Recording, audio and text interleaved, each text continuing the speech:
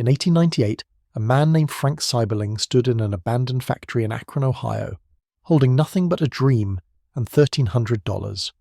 Most people saw empty buildings. He saw the future of American transportation. Within 20 years, his company would produce more tires than any manufacturer on Earth. Within 50, Akron would become known as the rubber capital of the world, and within a century it would all be gone. The Goodyear Tire Plant wasn't just a factory.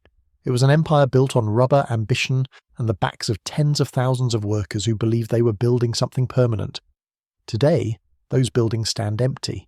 Rusted machinery, shattered windows, silent assembly lines that once roared 24 hours a day. What happened here isn't just about one company or one city. It's about what America does to the places that built it. Frank Seiberling didn't start as a visionary. Born in 1859 in Western Star, Ohio, he grew up watching the Midwest, transform from farmland into factory towns.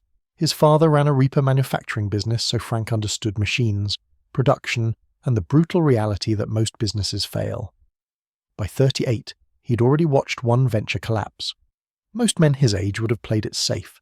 Frank borrowed money and bought 2 condemned factories instead. The location mattered more than most people realized. Akron already had B.F. Goodrich making rubber products since the 1870s. That meant skilled workers, established supply chains, and a city government that understood manufacturing. The Little Cuyahoga River provided water access. Railroad lines connected directly to every major city in the Midwest. Raw rubber came in from tropical plantations. Finished tires went out to a nation just discovering the automobile. Geography isn't destiny, but it helps. Those first products were embarrassingly simple. Horseshoe pads, rubber poker chips, bicycle tires, nothing revolutionary. But Frank understood something crucial. The automobile industry was about to explode, and every car would need 4 tires. Maybe 5 if you counted the spare. He wasn't building a rubber company. He was building a tire empire for an industry that barely existed yet. Here's what made Frank different from the other industrialists of his era. He didn't just identify opportunities, he pushed boundaries that made engineers nervous. In 1901, Goodyear equipped a racing vehicle. Racing. Most manufacturers were still trying to make tires that didn't explode on dirt roads, and Frank wanted to prove his product could handle competition speeds. It worked. Suddenly, Goodyear wasn't just reliable, it was performance grade.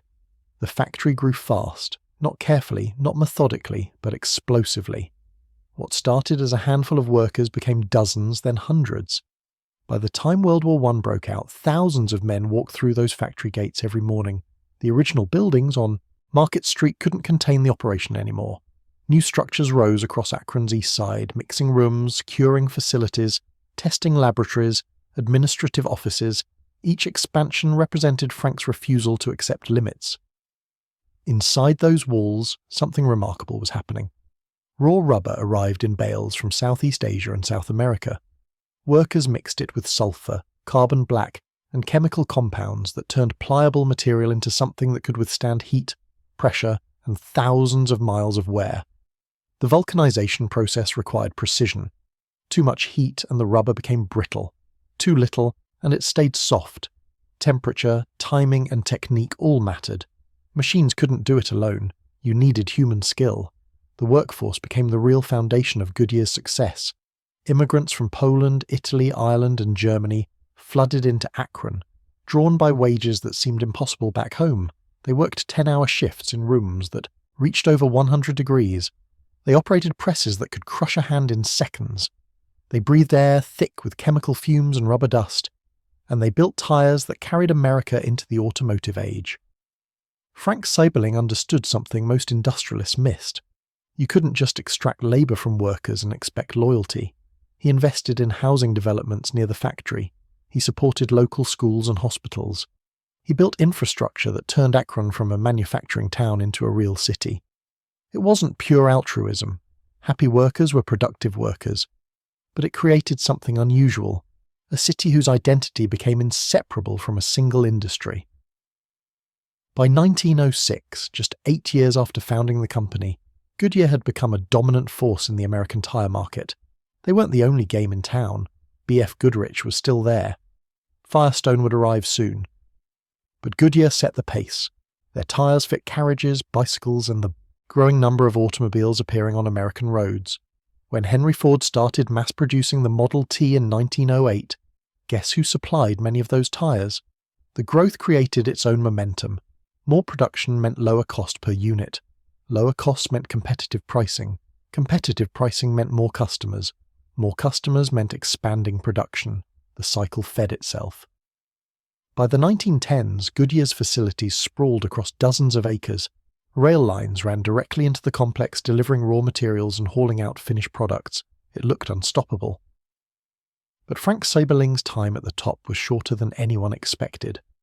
In 1921, barely 2 decades after founding the company, economic pressures from World War I's aftermath forced him out. The post-war recession hit hard. Prices collapsed, demand dropped, debt piled up. The board removed Frank and his brother from leadership positions they'd held since the beginning. The founder was gone, but the empire he'd built kept growing without him. That's the strange thing about industrial empires. They take on lives of their own. The factory didn't need Frank anymore. It had systems, processes, and thousands of workers who knew exactly what to do.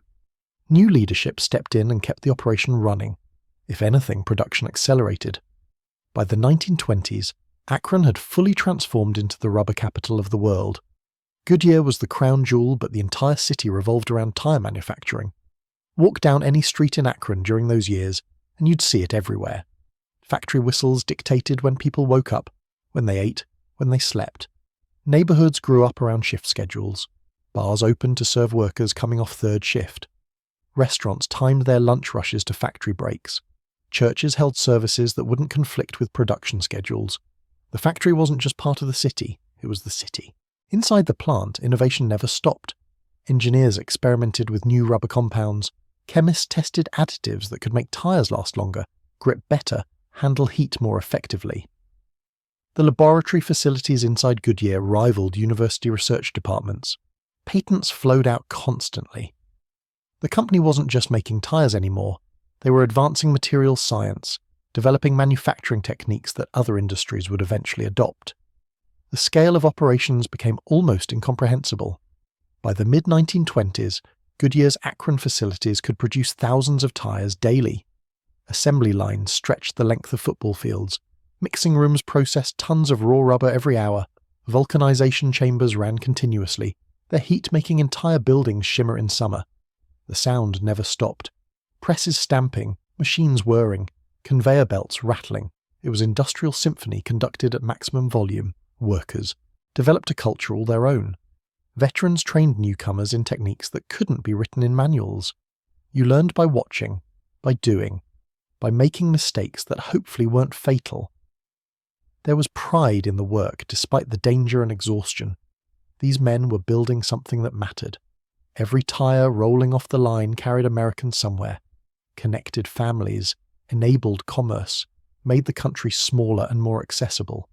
But here's what nobody was paying attention to in those golden years. The same factors that made Akron perfect for tire manufacturing in 1898 wouldn't matter forever. Transportation networks would improve everywhere.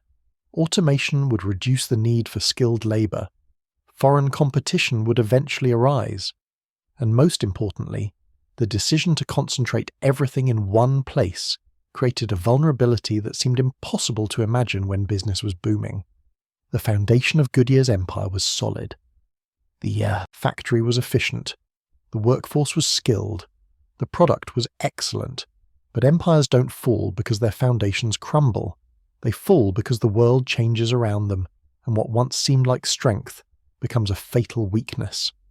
That transformation was still decades away. For now, in the 1920s and 30s, Akron stood as proof that American industrial might could build anything, employ everyone, and last forever. The question nobody was asking yet was simple. What happens when forever ends? The answer came during World War II. Everything changed overnight. The factory that had been producing tires for civilian automobiles suddenly became a strategic military asset. Defense contracts flooded in. Goodyear wasn't just making tires anymore. They were making life rafts, gas masks, airplane parts, and even components for the Manhattan Project. The government needed production capacity, and Akron had it in abundance. Every machine that could be retooled was retooled. Every worker who could be trained was trained. Women flooded into the factories to replace men who'd shipped overseas. The assembly lines that had once produced passenger car tires now churned out military equipment at speeds that would have seemed impossible just years earlier. Productivity hit levels that management had never imagined possible. But here's what nobody talks about. The war saved Goodyear from having to confront its fundamental problem. The company was still operating under the assumption that centralized production in Akron made economic sense. Military contracts masked the fact that the business model was already becoming obsolete. When the war ended in 1945, everyone expected things to return to normal. And they did, for a while. Automobile ownership exploded. Americans who'd gone without during the Depression and war years suddenly had money and wanted cars. Lots of cars. The suburbs began expanding, and with them came an unprecedented demand for tires. Goodyear's production lines ran non-stop. The factories hummed 24 hours a day. New workers were hired by the thousands. Akron seemed more prosperous than ever. Housing development spread across the city. Schools were built. Shopping centers opened. Everything pointed to continued growth. Surface appearances told one story. The underlying reality told another. Foreign competition was beginning to emerge. Japanese and European manufacturers, rebuilding after the war, were adopting newer production techniques. They weren't burdened by decades-old facilities. They could design factories from scratch using the latest technology. Meanwhile, Goodyear was trying to maintain equipment that had been installed in the 1920s and 30s. Modernization was expensive. The company invested millions in upgrades, but you can only retrofit so much before you're just putting new paint on old infrastructure. The facilities in Akron had been designed for an era of manual, labor and mechanical processes. Adapting them for automation and computerization was like trying to turn a steamship into a jet plane. Possible in theory, but ultimately inefficient. Labor relations began shifting too. The unions that had been partners during the war years became more aggressive in peacetime. Strikes became more frequent. Wages increased. Benefits expanded. None of this was unreasonable. Workers deserved fair compensation. But every increase in labor costs made Akron less competitive compared to newer facilities elsewhere. The real issue wasn't wages. It was productivity.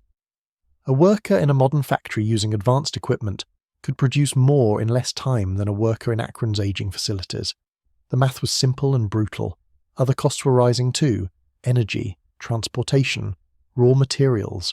Akron's advantages, those rail connections and river access that had seemed so important in 1898, mattered less in an era of interstate highways and air. Freight. Location became less relevant as logistics improved everywhere. By the 1960s, Goodyear was facing pressure from multiple directions. Consumer preferences were changing. Radial tires invented in Europe were superior to the bias ply tires that American manufacturers had perfected. Goodyear was late to adopt radial technology because retooling would be expensive and complicated. The company hesitated. That hesitation cost them market share. Competitors who moved faster gained an advantage that Goodyear would never fully recover. The domestic automobile industry itself was transforming. Detroit's Big Three were losing ground to imports. Japanese cars, initially dismissed as inferior, were proving to be reliable and affordable. Those Japanese cars came with Japanese tires. American consumers who bought Toyotas and Datsuns weren't necessarily buying Goodyear tires anymore. Management made decisions that seemed logical at the time but accelerated decline. They invested heavily in diversifying. Aerospace products, chemicals, plastics. The thinking was that if tire manufacturing became less profitable, other divisions could compensate. This strategy diluted focus. Resources that could have gone into modernizing tire production went into ventures that Goodyear didn't fully understand. Some succeeded, many didn't. Meanwhile, the core business weakened. Inside the Akron factories, workers could feel the change even if they couldn't articulate it. Certain production lines ran less frequently. Some buildings were used for storage instead of manufacturing. Maintenance crews noticed that repairs weren't happening as quickly. Small things at first. A machine would break, and instead of being fixed immediately, it would sit for days, then weeks. Equipment that would have been replaced automatically in the past was patched together to extend its life. These weren't dramatic failures. They were incremental erosions, death by 1,000 cuts. The city began changing. 2. Younger workers started leaving for opportunities elsewhere. The children of factory workers went to college and didn't return. Akron's population, which had peaked in 1960, started declining. Houses that had been full of families with factory jobs slowly emptied. Neighborhoods that had been vibrant began looking tired. By the 1970s, the question wasn't whether change was coming. It was how fast and how devastating it would be. Foreign tire manufacturers weren't just competing anymore. They were winning. Michelin, Bridgestone, and Pirelli were taking market share that American companies couldn't reclaim. Price wars erupted. Profit margins shrank. Goodyear tried to compete by cutting costs, but you can only cut so much before quality suffers. Some of those cuts came from labor. Layoffs started, small at first, a few hundred workers, then more. Each round of layoffs was presented as temporary, as a necessary adjustment to market conditions. Workers were told things would improve. Sometimes they did, briefly. But the overall trend was clear. Employment numbers were heading in one direction: down. Automation accelerated the process. Machines that could do the work of 10 men were installed. Robots began appearing on assembly lines. Computer systems managed inventory and scheduling. These technologies improved efficiency, but they also eliminated jobs. A factory that once needed 5,000 workers could operate with 2,000, then 1,000. The improvements that made production more competitive also made the workforce smaller. This created a paradox. Goodyear could produce more tires with fewer people, but the city of Akron suffered.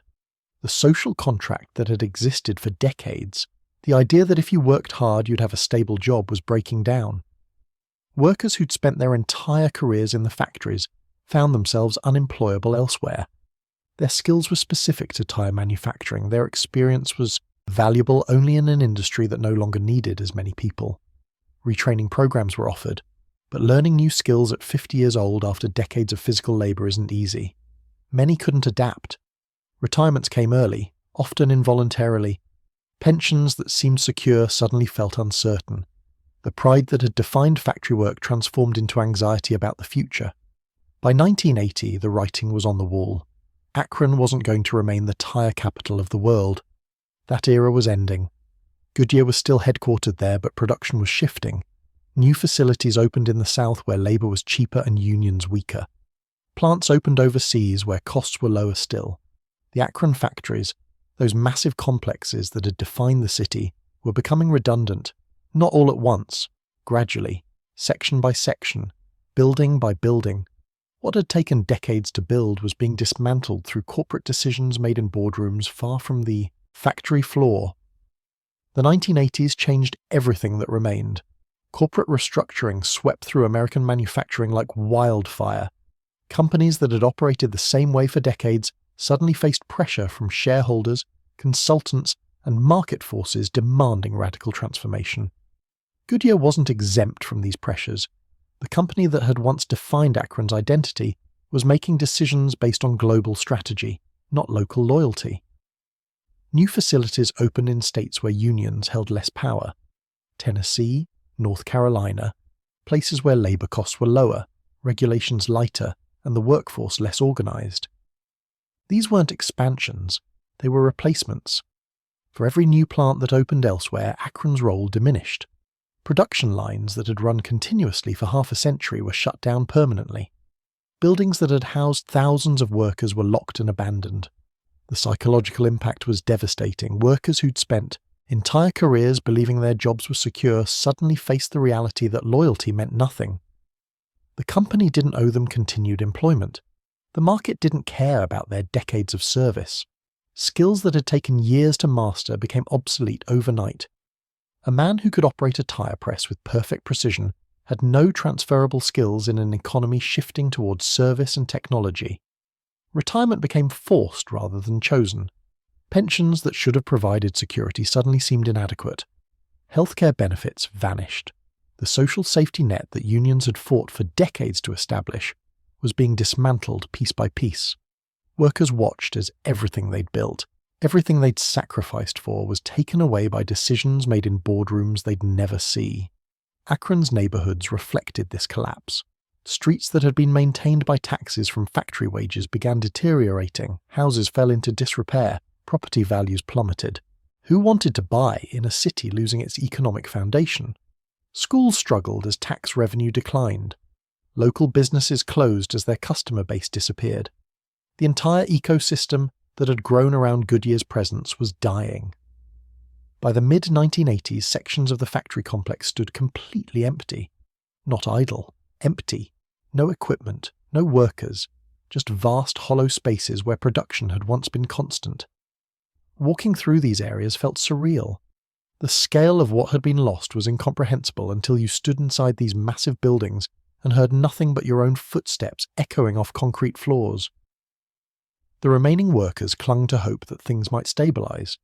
Maybe this was the bottom. Maybe once the restructuring finished, Goodyear would recommit to Akron. Maybe the jobs that remained were secure. They weren't. The 1990s brought another wave of closures. More lines shut down, more buildings abandoned, more workers laid off. The pattern was clear. Goodyear was leaving Akron, not all at once. Gradually, but inevitably.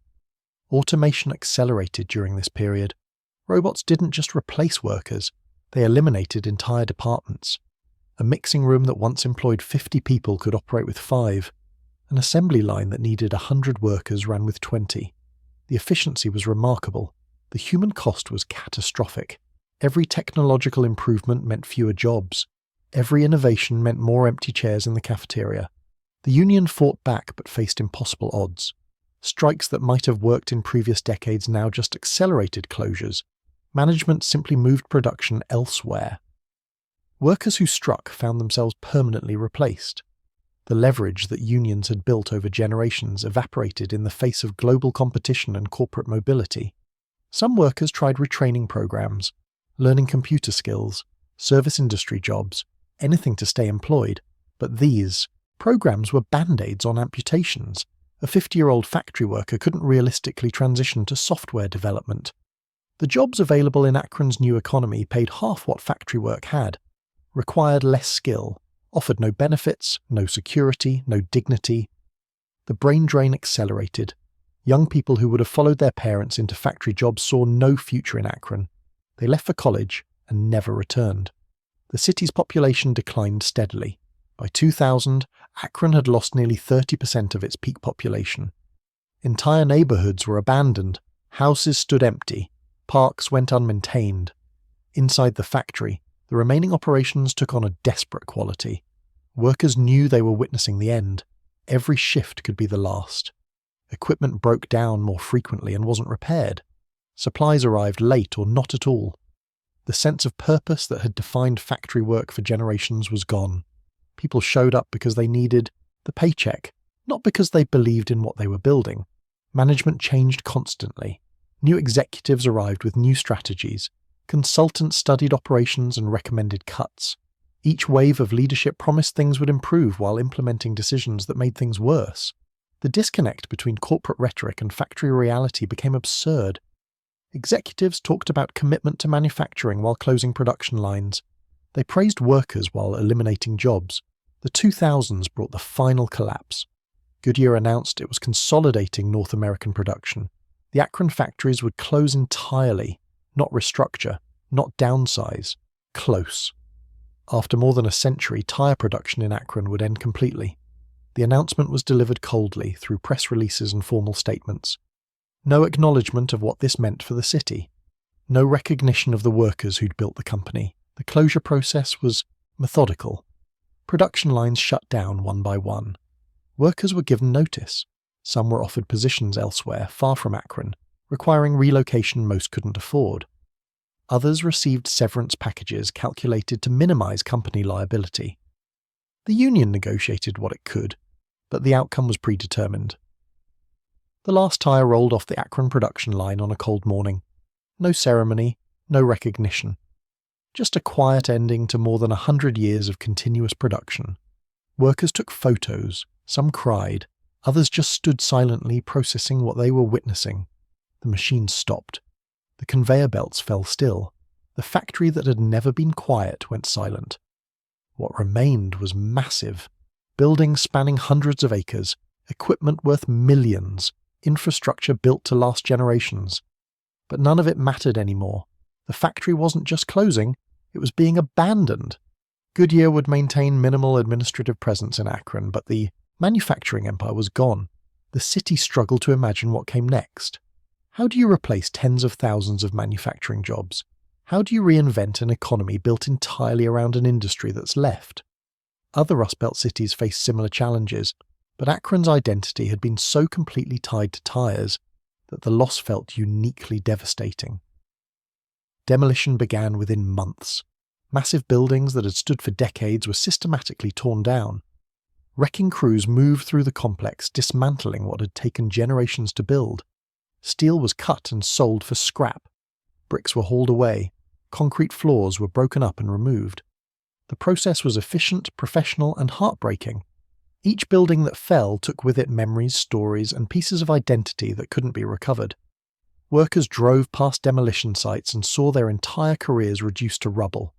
The environmental consequences emerged slowly, then all at once. For decades, the factory had consumed massive quantities of chemicals, rubber compounds, and industrial solvents. Lead, benzene, toluene, and dozens of other toxic substances had been routine components of tire production. Nobody tracked where they went. Drainage systems carried waste into nearby waterways. Spills soaked into soil. Chemical residues accumulated in groundwater beneath the plant. During peak operations, environmental concerns were secondary to production. The focus was output, efficiency, meeting demand. Regulations were minimal, oversight was limited, and the scale of contamination grew invisibly beneath the factory floor. When production ceased and buildings came down, the full scope became clear. Soil samples revealed contamination levels that required immediate remediation. Groundwater testing showed chemical plumes spreading beyond factory boundaries into residential areas. Decades of industrial activity had left a toxic legacy that would cost millions to address and years to remediate. The EPA designated portions of the site for environmental cleanup. Excavation crews removed thousands of tons of contaminated soil. Monitoring wells were installed to track chemical migration. But remediation was slow, expensive, and incomplete. Some contamination was too deep, too dispersed, too complex to fully eliminate. Former factory neighborhoods discovered they'd been living adjacent to environmental hazards for generations. Families who'd celebrated the factory as a source of prosperity now faced uncomfortable questions about health impacts. Cancer clusters were studied. Respiratory illnesses were documented. The connection between industrial employment and environmental harm became undeniable. Akron's transformation from rubber capital to post-industrial city required confronting this environmental inheritance. Empty factory sites couldn't simply be redeveloped. They required years of assessment, remediation, and certification before new construction could begin.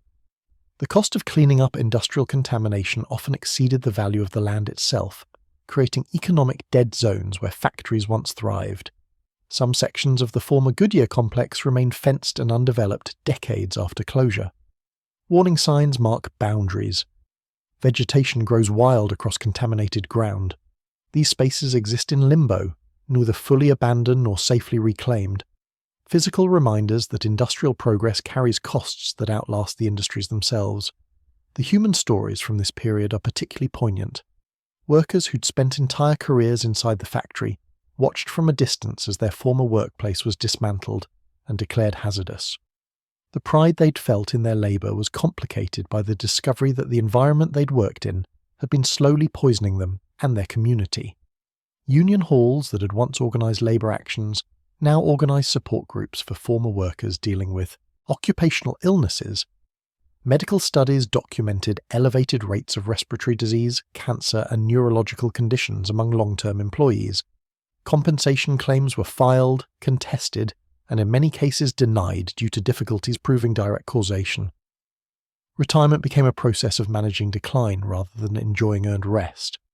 Workers who'd expected pensions and stability instead navigated medical treatments, legal battles, and the psychological weight of watching their industry's toxic legacy emerge.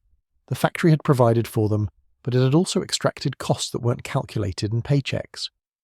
Meanwhile, Goodyear as a corporation moved forward.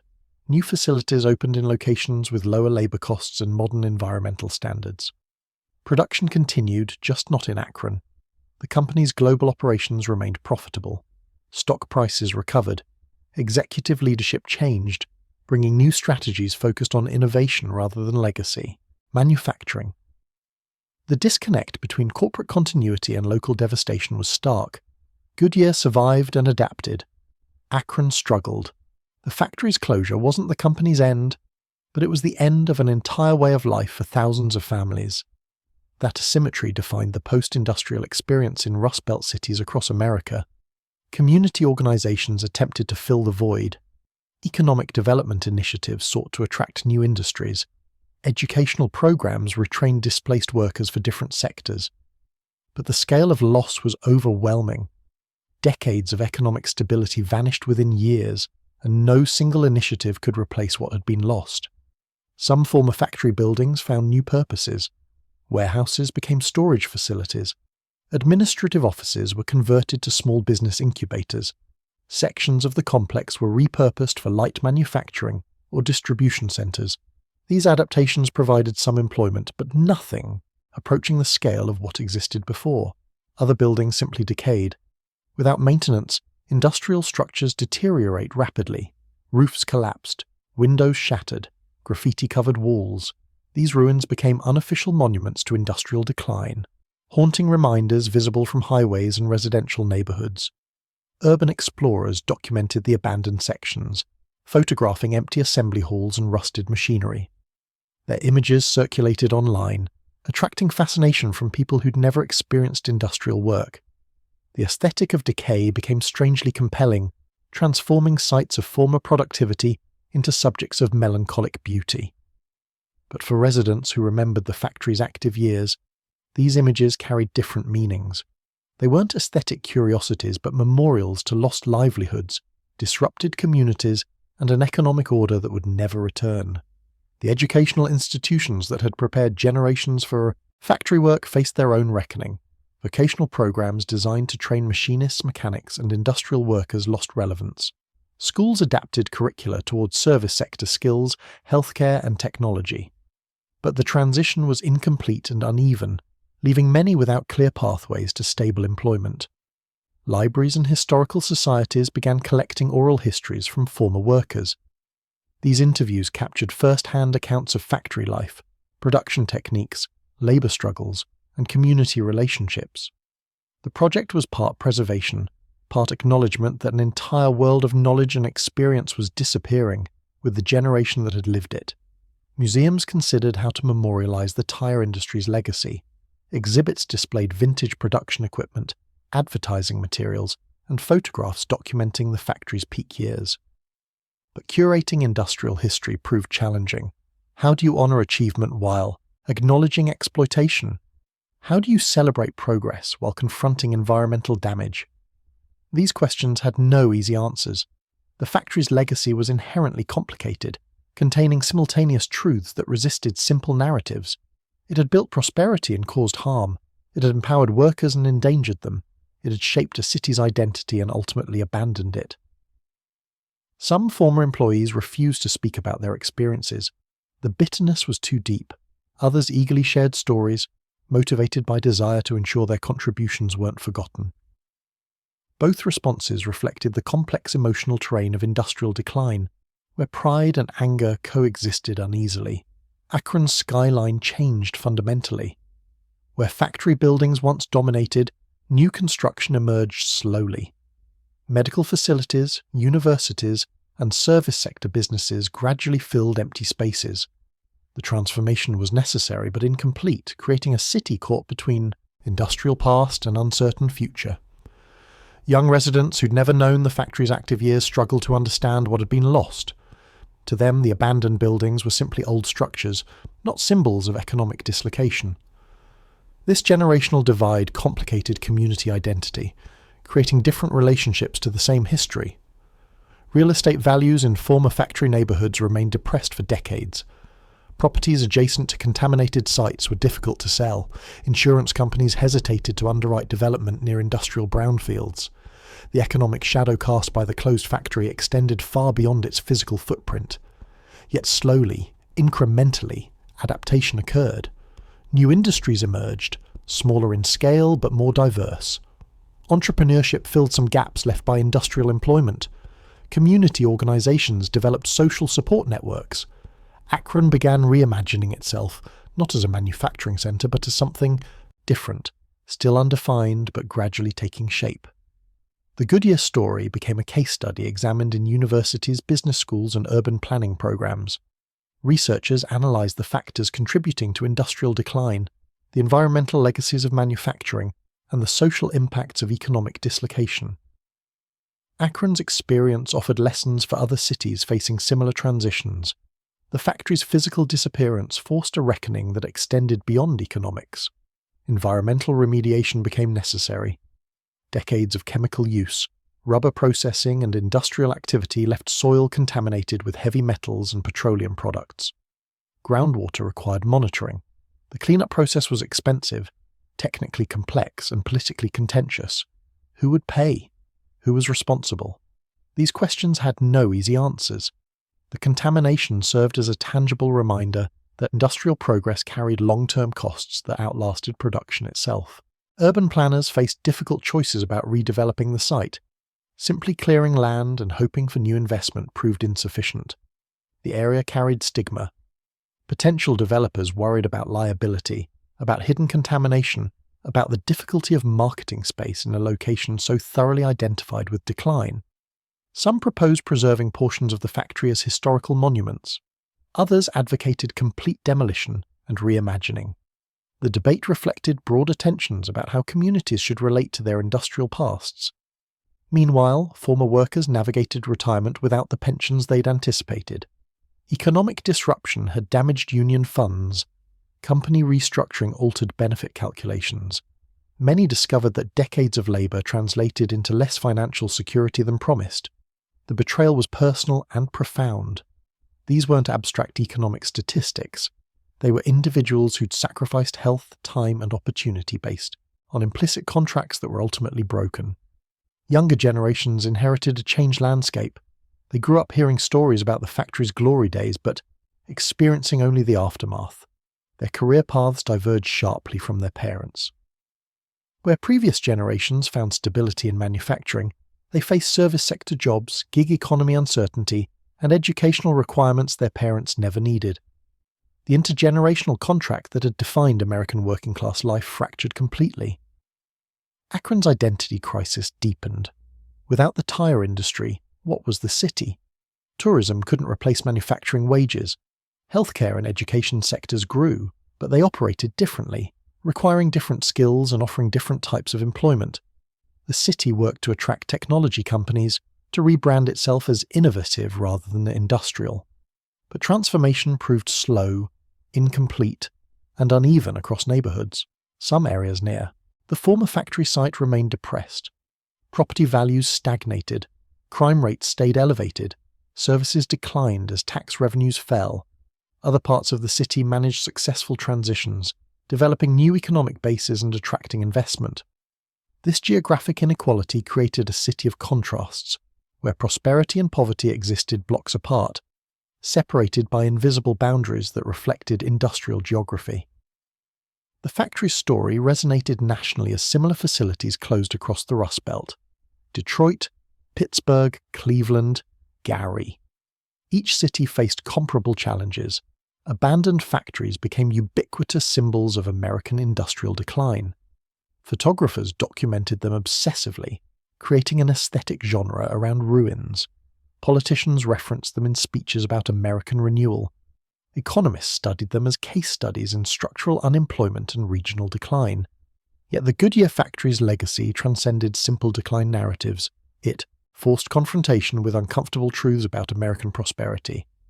The golden age of manufacturing had depended on specific conditions: global isolation due to war, weak international competition, abundant natural resources, strong unions that secured living wages, environmental regulations that were non-existent or loosely enforced. When those conditions changed, the system couldn't sustain itself. The factory's disappearance also revealed assumptions about progress that proved questionable. For decades, Americans believed technological advancement and economic growth were inevitable and permanent. The Goodyear factory's rise seemed to confirm this, but its fall demonstrated that progress was conditional, reversible, and unevenly distributed. What benefited corporations didn't necessarily benefit workers or communities.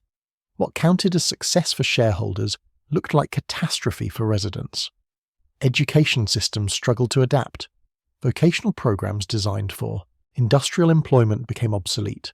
Schools shifted toward college preparatory curricula, assuming everyone would pursue white-collar careers. But this transition was incomplete and inadequate. Many students fell through gaps, lacking both manufacturing skills that no longer mattered and professional credentials increasingly required for stable employment.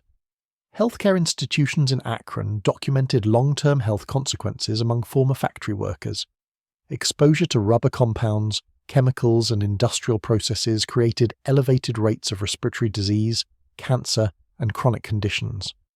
Workers who'd spent decades inside the plant now required extensive medical care, often without adequate insurance or financial resources. The human cost of industrial production became visible only after production ceased. Community organizations attempted to preserve memory and support affected workers. Oral history projects recorded first-hand accounts before that generation passed. Support groups helped navigate unemployment, retraining, and retirement challenges. Historical societies collected artifacts, documents, and photographs. These efforts couldn't restore what was lost, but they ensured that the factory's story wouldn't be completely forgotten. Goodyear as a corporation moved forward, operating facilities globally, investing in research, developing new products. But the connection between company and community severed completely. Modern Goodyear bore little resemblance to the enterprise Frank Seiberling founded. It was now a multinational corporation answerable to shareholders, operating according to global market logic that transcended any particular place or workforce. The abandoned factory site eventually found new uses. Portions were cleared for development. Some buildings were repurposed. Parks replaced factory floors. But these changes felt incomplete, tentative, unable to match the scale or significance of what preceded them. The new, Akron being built atop industrial ruins, remained uncertain about its identity and future. What endures is a complex, contradictory legacy. The Goodyear factory represented human achievement, technological innovation, and economic opportunity. It also represented exploitation, environmental damage, and the fragility of prosperity built on industrial foundations. Both narratives are true simultaneously, and neither can be dismissed. The factory's story offers no simple lessons, only difficult questions. How should communities protect themselves against corporate decisions? How can workers ensure fair treatment in globalized economies? How should societies balance economic efficiency against human welfare? What responsibilities do corporations owe to places that supported their growth? These questions remain unanswered because they're fundamentally about values, power, and priorities, rather than technical solutions. The Goodyear factory's rise and fall crystallized tensions inherent in industrial capitalism that continue shaping American life. Its legacy lives in those tensions, in the ongoing struggle to build economic systems that generate prosperity while honoring human dignity and community stability. In the end, the empty spaces where the factory stood speak more powerfully than any monument could. They remind us that even the mightiest enterprises are temporary, that progress is never guaranteed, and that the relationship between ambition, labor, and consequence is far more complicated than simple success stories suggest. The Goodyear factory's true legacy is that complexity itself, preserved not in bronze plaques but in memory, in changed lives, and in questions that demand answers we've yet to find. The ruins tell us something we don't want to hear, that what we build doesn't last, that promises made to workers can be broken, that loyalty flows one direction until it becomes inconvenient. Stand in those empty factory halls today and you're not looking at history, you're looking at a preview. Because here's what actually happened. Goodyear didn't fail. The factory didn't produce inferior products. Workers didn't become lazy or incompetent. Quality didn't decline. The company simply decided that making tires in Akron no longer maximized shareholder value. And once that calculation changed, a century of community investment meant nothing. This is the part that gets sanitized in business school case studies. The human beings weren't variables in an optimization equation. They were fathers and mothers who'd structured entire lives around the factory's promise of stability. They bought houses within walking distance of the plant. They sent children to schools built with factory taxes. They planned retirements based on pension commitments that seemed ironclad. Those commitments dissolved when convenient, not through dramatic betrayal, but through gradual abandonment. Each closure presented as temporary, each layoff described as necessary adjustment, each benefit cut framed as unfortunate but unavoidable. The slow bleed of industrial decline feels less violent than sudden catastrophe, but the outcome is identical. Everything ends. Just slowly enough that blame becomes impossible to assign. The environmental damage tells a parallel story. For decades, nobody measured what was being dumped, burned, or buried. Production mattered. Efficiency mattered. Quarterly earnings mattered. The soil beneath workers' feet accumulating toxins. That was tomorrow's problem. Except tomorrow arrived, and the company that created the contamination had already moved on. Left behind was land too poisoned to use, groundwater too contaminated to drink, and communities wondering who would pay for cleanup. This pattern isn't unique to Goodyear or Akron. It's the template for American industrial decline. Detroit, Pittsburgh, Cleveland, Gary, Flint. Different industries. Same story. Cities that built themselves around manufacturing.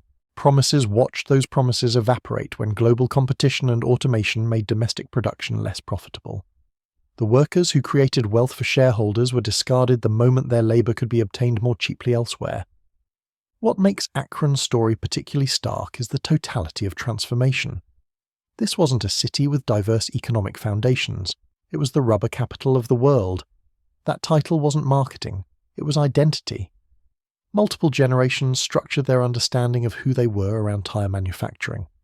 When that industry left, it didn't just eliminate jobs, it erased purpose. The retraining programs and economic development initiatives that followed were well-intentioned but fundamentally inadequate. You can't replace 50,000 manufacturing jobs with 5,000 service positions and call it equivalent. You can't retrain a 55-year-old tire builder to become a software developer and pretend the transition is smooth. You can't demolish the economic foundation of a city and expect replacement industries to spontaneously appear. Some workers adapted, found new careers, relocated, rebuilt. Their success stories get highlighted as proof that resilience conquers all adversity. But survivorship bias distorts reality. For every worker who successfully transitioned, there were dozens who didn't, who aged out of the workforce unemployable, who burned through savings meant for retirement, who watched marriages collapse under financial pressure, who descended into substance abuse trying to numb the psychological devastation of obsolescence. The younger generation inherited wreckage.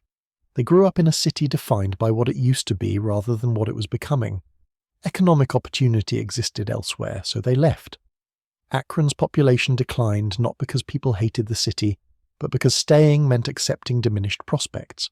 The brain drain accelerated decline, creating a feedback loop where departure begat more departure, until only those without options remained. Today, portions of the former Goodyear complex stand as accidental monuments. Not preserved intentionally, but simply abandoned. Demolition is expensive. Environmental remediation is expensive. So some buildings just remain, slowly collapsing under their own weight. Nature reclaims them gradually. Trees grow through broken windows. Vines cover brick facades. It's hauntingly beautiful in photographs, but represents something ugly. The casual disposal of industrial infrastructure that once seemed permanent. Other sections have found new purposes. Warehouses, small manufacturing, light industrial use. These adaptations employ people but at a fraction of previous levels and for lower wages. Modern logistics operations in repurposed factory buildings use a few dozen workers, where thousands once laboured. The efficiency is impressive. The human cost is catastrophic. Goodyear itself survives and thrives. The corporation exists in a completely different form than Frank Seiberling could have imagined.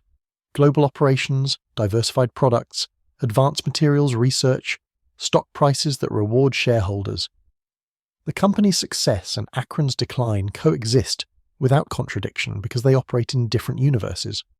Corporate performance metrics and community well-being measure entirely different things. This creates a question that extends far beyond one factory or one city. What responsibility do corporations owe to places that enabled their growth? Does decades of community support create any obligation to maintain operations when more profitable alternatives exist? Should workers who dedicated careers to a company expect anything beyond market rate compensation? These aren't rhetorical questions. They're fundamental tensions in how capitalism operates. The traditional answer is that businesses owe nothing beyond legal obligations. They exist to generate profit for shareholders. Workers are free to seek employment elsewhere if terms become unfavorable. Communities must adapt to economic changes beyond their control. This framework treats labor as a commodity and places as interchangeable. It's logically consistent and morally bankrupt. An alternative framework suggests that corporations operating in communities create social contracts beyond legal requirements. That decades of community investment in infrastructure, education, and civic support create reciprocal obligations. That stability and loyalty aren't just nostalgic sentiments, but legitimate expectations. This framework treats workers as stakeholders and places as partners, is morally appealing and economically challenging. The Goodyear factory story doesn't resolve this tension, it crystallizes it. You can view what happened as inevitable adaptation to global competition, or as corporate betrayal of workers and community. Both interpretations have evidence. Neither is completely satisfying. The truth exists in the space between them, uncomfortable and unresolved. What's undeniable is that the cost of industrial transformation fell almost entirely on workers and communities, while benefits accrued primarily to shareholders and executives. The workers who built Goodyear's empire didn't share proportionally in its prosperity during good years and bore disproportionate burden during decline. That asymmetry isn't an accident. It's how the system was designed. The environmental legacy compounds this injustice. Communities that accepted pollution as the price of employment now face cleanup costs and health consequences that extend generations beyond factory closure. The workers who breathed contaminated air and handled toxic materials developed cancers and respiratory diseases that shortened lives and drained medical resources. The prosperity generated during production years was real, but came with costs that weren't fully paid until decades later. Akron's transformation from rubber capital to post-industrial city remains incomplete. New industries have emerged. University expansion created jobs. Healthcare became a major employer. These developments are meaningful but don't replace what was lost. The city exists in a state of permanent transition, never quite finding stable ground, always negotiating relationship with an industrial past that simultaneously defined and doomed it. Former workers navigate this landscape with mixed emotions. Pride in what they built coexists with bitterness about how it ended. They gather occasionally at union halls and retirement communities, sharing stories that younger generations struggle to comprehend. The work was hard, dangerous, and physically demanding, but it provided something increasingly rare: dignity, purpose, the knowledge that your labor mattered and would be rewarded with security. That compact is broken now. Modern employment operates on different terms. Workers are expected to be flexible, adaptable, willing to retrain constantly and relocate when necessary. Job security is an archaic concept. Pensions are relics. The idea that you could work one job for an entire career and retire comfortably seems impossibly naive. Yet that's exactly what Goodyear workers were promised, and what thousands achieved before the system collapsed. The factory's story forces confrontation with American mythology about progress. We want to believe that technological advancement and economic growth benefit everyone, that hard work guarantees success, that companies and communities share interests, that the future is always brighter than the past. The empty buildings in Akron challenge every one of those assumptions. Progress is real but unevenly distributed. Technology creates winners and losers. Hard work isn't sufficient without market demand for your skills. Corporate interests and community welfare frequently diverge. And the future can absolutely be darker than the past if you're on the wrong side of economic transformation. This doesn't mean abandoning hope or embracing despair. It means recognizing that positive outcomes require intentional effort, rather than assuming they'll occur automatically. It means understanding that markets optimize for efficiency, not human welfare, unless constrained to do otherwise. It means acknowledging that workers and communities need protection against forces beyond their control. The policy implications are significant and contested. Stronger labor protections, environmental regulations with teeth, corporate accountability for community impacts, investment in displaced worker support. These measures face opposition from those who prioritize economic efficiency above other considerations. The debate continues without resolution because it reflects fundamental disagreements about values and priorities. What's lost in abstract policy discussions is the human reality. Real people whose lives were upended, real families whose futures were disrupted, real communities whose identities were shattered. These aren't statistics or case studies. They're individuals who did everything right according to the rules they were given and still ended up discarded. The Goodyear factory's physical disappearance was gradual but total. The last major structures were demolished in the early 2000s. Some foundations remain, too expensive to remove, gradually disappearing beneath vegetation and soil. In a few decades, physical evidence that anything stood there will be minimal. But the absence will remain. Cities carry scars from departed industries that never fully heal. Memory becomes the primary preservation mechanism. Oral histories, photographs, museum exhibits. These efforts matter, but are incomplete. They capture facts and images but struggle to convey what it meant to live in a city defined by industry.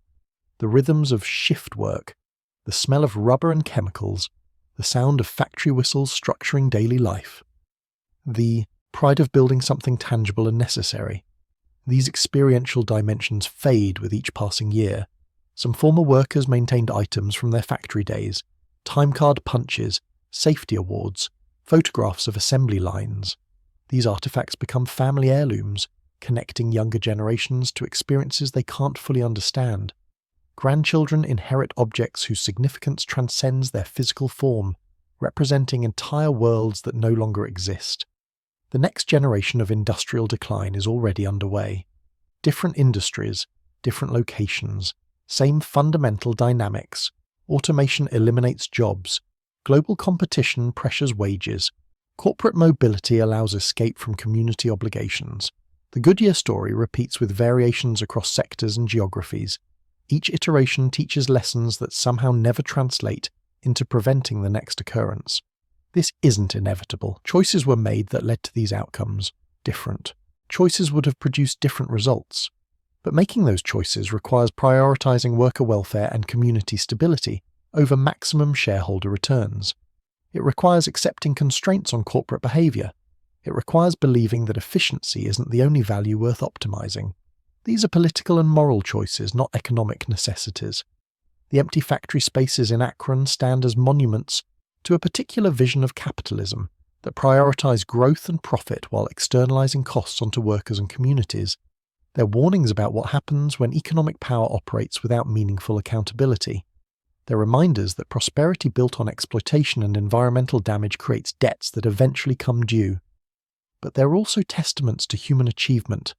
For over a century, workers in those buildings created products that literally carried America forward. They developed skills, built communities, and demonstrated that industrial labor could provide genuine dignity and security.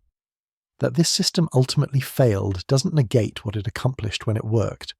The challenge is learning from both dimensions of the story, recognizing the achievement while understanding the exploitation, honoring the workers while confronting the costs they bore, preserving memory while building different futures. These aren't contradictory impulses. They're necessary tensions that must be held simultaneously if we want to avoid repeating the same patterns. Akron's transformation continues. New businesses emerge. Population slowly stabilizes. Identity gradually shifts from industrial past to something not yet fully defined. The city isn't dead or dying. It's adapting. But adaptation doesn't mean recovery. What was lost can't be replaced, only mourned and eventually accepted. The Goodyear factory's legacy lives in all these spaces, in contaminated soil being slowly remediated, in oral histories preserved at local libraries, in pension checks that arrive smaller than promised, in photographs of empty buildings that once teemed with life, in policy debates about corporate accountability, in the ongoing struggle to build economic systems that honor human dignity while generating prosperity. Most of all, it lives in the people who remember, who work those assembly lines, who breathed that rubber-scented air, who built lives around factory schedules, who believed promises that were broken, who witnessed the slow-motion collapse of everything they'd built.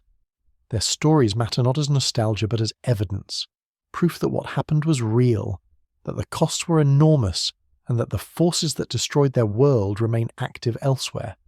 The empty spaces where the factory stood will eventually be filled with something else, new construction, new purposes, new stories, but the absence remains, visible only to those who remember what used to be there. And perhaps that's the most fitting monument. Not a preserved building or bronze plaque, but a void. A reminder that even the mightiest industrial empires are temporary, that promises can be broken, that workers can be discarded, that communities can be abandoned, and that the price of progress is often paid by those who benefited from it least.